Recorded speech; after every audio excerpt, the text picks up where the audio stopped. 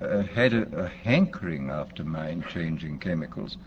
He has always desired to take holidays from himself. And this is the most extraordinary fact of all, is that every naturally occurring stimulant, narcotic, sedative, or hallucinogen was discovered before the dawn of history. I don't think there is one single one of these naturally occurring ones which modern science has discovered. Modern science, of course, has discovered better ways of extracting the active principles from these drugs, and, of course, has discovered numerous ways of synthesizing new substances of extreme power. But the actual discovery of these naturally occurring things was made by primitive man, goodness knows how many centuries ago. There is, for example, in the underneath the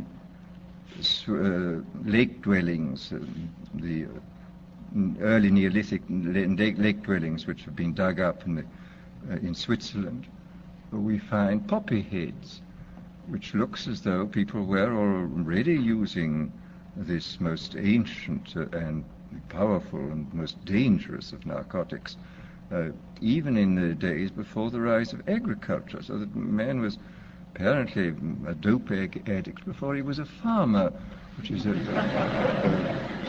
very, very curious comment on human nature. But the difference, as I say, between the ancient mind changers, the traditional mind changers, and these new substances is that they were extremely harmful, and the new ones are not.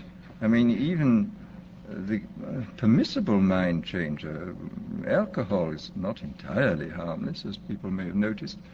The other ones, the non-permissible ones, such as opium and cocaine, opium and all its derivatives, are very harmful indeed.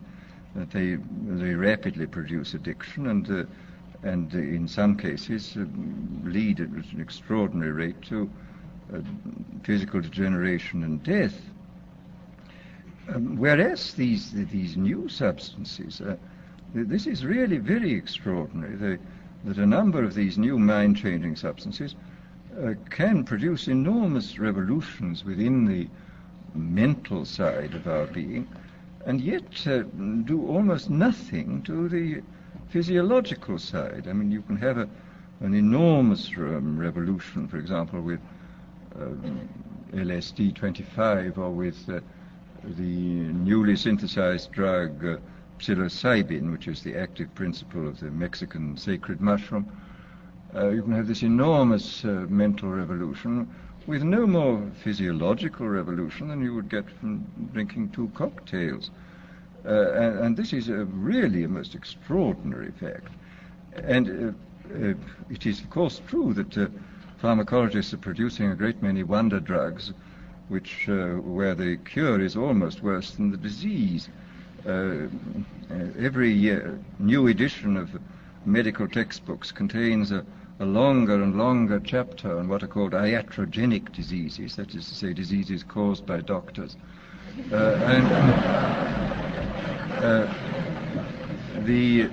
And this is quite true, that many of the wonder drugs are extremely dangerous. I mean, they can produce extraordinary effects, and in critical conditions they should certainly be used, but they should be used with the utmost caution. But there is evidently a whole class of drugs affecting the central nervous system, which can produce enormous changes in sedation, in euphoria, in energizing the whole mental process, without doing any perceptible harm to the body. And in this sense, this represents, it seems to me, the most extraordinary revolution, that it in the hands of a dictator, these substances of one kind or another could be used in the most well, with complete, first of all, with complete harmlessness, and the result would be that I mean, you can imagine a euphoric which would make people thoroughly happy even in the most abominable circumstances. I mean, these things are possible. I mean, this is the extraordinary thing. I mean, after all, this has even been true with the crude oil drugs. I mean, as Haussmann years ago remarked apropos of Milton's Paradise Lost, he says, and beer does more than Milton can to justify God's ways to men. And beer is, of course, an extremely crude drug compared with these ones, and you can certainly say that some of the psychic energizers and the new hallucinants can do incomparably more than Milton and all the theologians combined could possibly do to make the terrifying mystery of our existence seem more tolerable than it does. So that here I think one has an enormous area in which the ultimate revolution could function very well indeed, an area in which a great deal of control could be used by, not through terror, but through making life seem much more enjoyable than it normally does.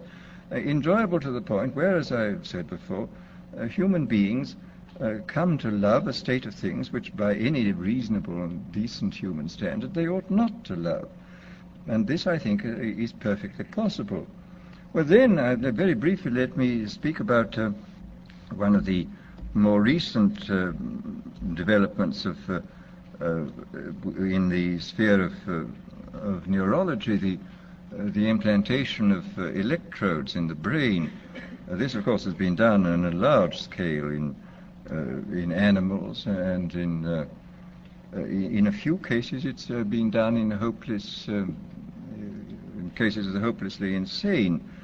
And it is, anybody who's watched the behavior of rats with electrodes planted in different centers must come away from this experience with the most extraordinary doubts about what on earth is in store for us if ever this is got hold of by a dictator. If I saw not long ago some rats in Magoon's laboratory at UCLA. There were two sets of them, one with electrodes planted in a pleasure center.